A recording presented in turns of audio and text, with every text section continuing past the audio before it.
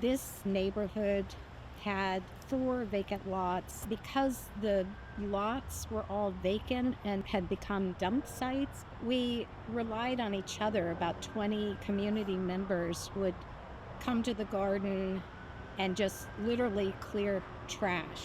Just junk. People just threw their junk in here. Lots of stuff was in the ground. Record players, toilet seats. Some old tires and lots of other debris that people just dumped in here, as well as a portion of it had asphalt. The front house, once this area was designated, is to come out every day after work and clean off with shovels and take up all of the garbage and the cement and bricks and stuff and make it usable. It was a lot of work.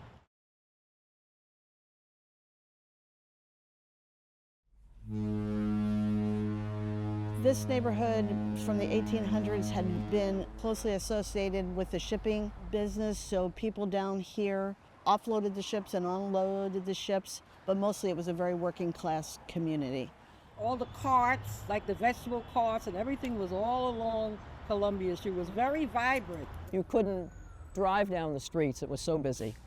So when that shifted, partly because of the BQE, partly because of the loss of physical work offloading boats at the port, so many of the businesses that supported those workers from the port who lived in the neighborhood went out of business. In 1987, this was a very different place. The neighborhood was a little edgy. I loved this neighborhood. It was, like I said earlier, full of mom and pop stores. Everybody would sit out on their stoops. People were so welcoming and friendly. And in my building, there was Jewish, Italian, Hispanic, everybody socialized together. People still sit out on the stoop like they did back then, but they literally would bring card tables and chairs and have their dinner out on the sidewalk. Mildred and I were some of the first ones that would come out, and we would spend all evening.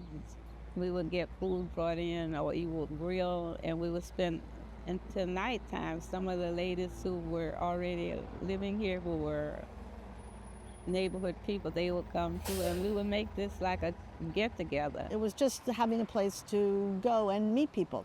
You know, you could stand on the corner at the bus every morning and sort of nod at people, but once you're working with them in the garden, then you really get to know them. It was a great way to really expand friendships in this neighborhood. The majority of what you see here, like this wall we built out of bricks that we found in this lot, along with a lot of the wood. There was planters in the back that were built with found materials. This garden wanted to have as many beds as possible. That allowed a lot of neighbors to participate.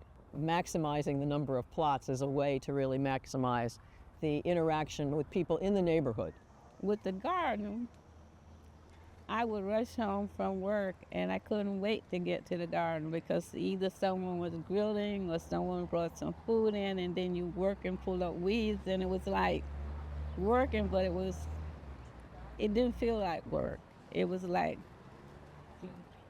communication with your neighbor, and it was a feeling of you helped each other out. People gathered together and did what they had to do to make it work, you know, to become a community, and that's what it was. We became a community. Most of, I think, the original folks have moved on from here, but there's still several of us still left. This is this corner over here, and this is here, where we are now. Yeah. 1986. And this is the garden. Oh my God. And I mean, it's just new blood all the time, you know? People come in, hey, yeah, what do I have to do to join?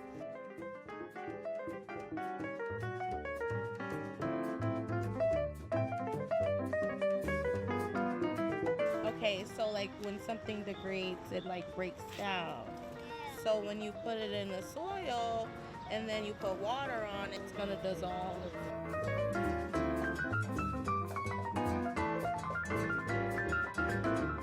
The image you're seeing in this photograph has now become the beautiful place that you've seen in the course of this film.